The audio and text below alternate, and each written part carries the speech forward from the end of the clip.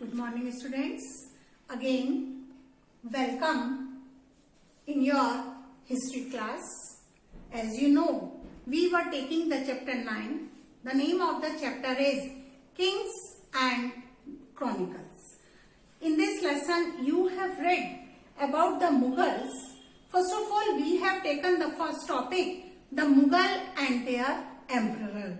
It means here you have taken the name of the rulers.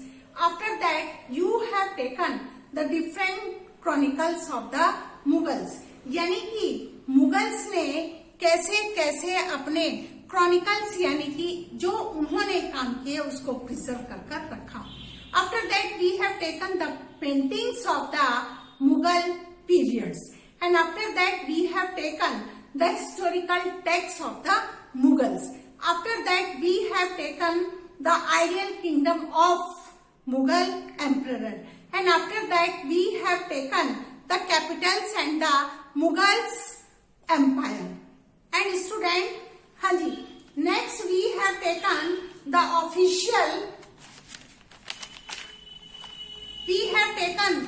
official household, यानी कि रहने का तरीका क्या था, हरम था और हरम में कौन रहता था, यानी कि मुगल रूलर के जो रिलेटिव्स थे वो वहां पर रहते थे.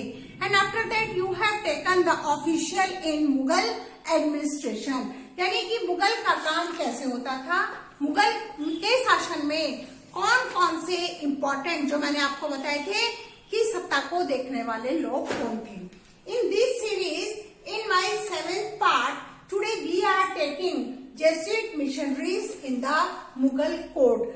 First of all, I am telling you the Mughal, हाँ जी, a member of the, अब किसे कहते हैं, Jesuit missionary कौन थी, a member of the Roman Catholic Society of the Jesus by Saint Ignatius Loyola in 1534 and devoted to missionary and educational work. क्योंकि ये सारे वर्ड में ये जो मिशनरी थी ये पूरे वर्ल्ड में ईसाई धर्म को फैलाना चाहती थी, क्योंकि उस समय यूरोप के जो लोग थे, यूरोप के जो फिलोसफर थे, वो अपने आप में पूरी दुनिया पर क्या करना चाहते थे, मिशनरी राज करना चाहते थे. In this series Jesuit missionary in the Mughal court, क्योंकि you have read about the Mughal and in the Mughal Akbar was a great king. Akbar को महान राजा कहा जाता था और वो अपने दरबार में आने वाले सभी विद्वानों का सम्मान करता था, चाहे वो हिंदू था, चाहे वो मुस्लिम था, चाहे वो जैन था, चाहे वो बौद्ध धर्म का मानने वाला था और चाहे वो मिशनरी था.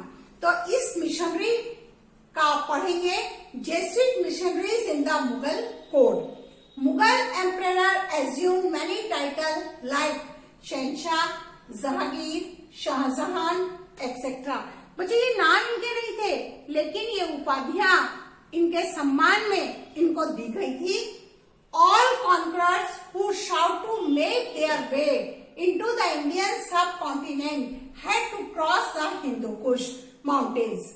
Thus the Mughal tried to ward off this potential danger and try to control Kabul and Kandahar. हाँ जी, क्या था कि जितने भी ऑल कॉन्करर्स थे वो क्या करते थे, सब कॉन्टिनेंट को क्रॉस कर ही वो यहाँ आना, इंडिया में आना चाहते थे. लेकिन अगर इंडिया में आना था तो उनको दो पहाड़ हिंदुकुश और सुलेमान ये क्रॉस कर आना था. लेकिन मुगल इनके खतरों को भाग गए थे. Europe got knowledge of India through the accounts travellers, merchants and diplomats. जो यूरोप के लोग थे, क्योंकि उस समय यूरोप के लोग डिस्कवरीज करते थे, खोज करते थे, और यूरोप के जो अधिकतर मर्चेंट्स थे, व्यापार करने के लिए जो व्यापारी आते थे, जो यात्री थे और व्यापारी थे, वो भारत के बारे में बहुत कुछ जानते थे. भारत की नॉलेज उन्हें बहुत ज्यादा थी और वो भारत में आना चाहते थे, अपना सामान बेचना चाहते थे और सब कॉन्टिनेंट पर अपना राज करना चाहते थे. Akbar was curious about the Christianity. Akbar जो था बड़ा इच्छुक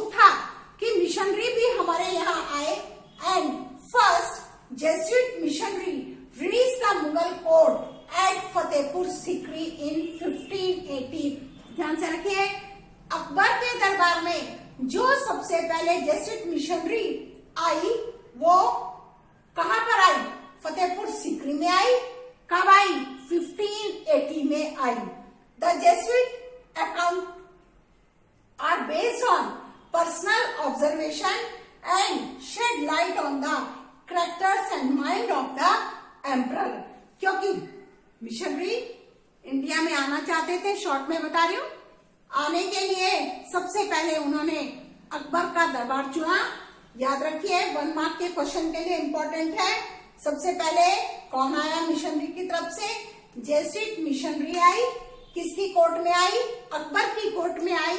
कहां पर आई? फतेहपुर सीकरी की कोर्ट में आई। कब आई? 1580 में आई। तो it means today I told you about the Jesuit missionary in the Mughal court. All are the important points.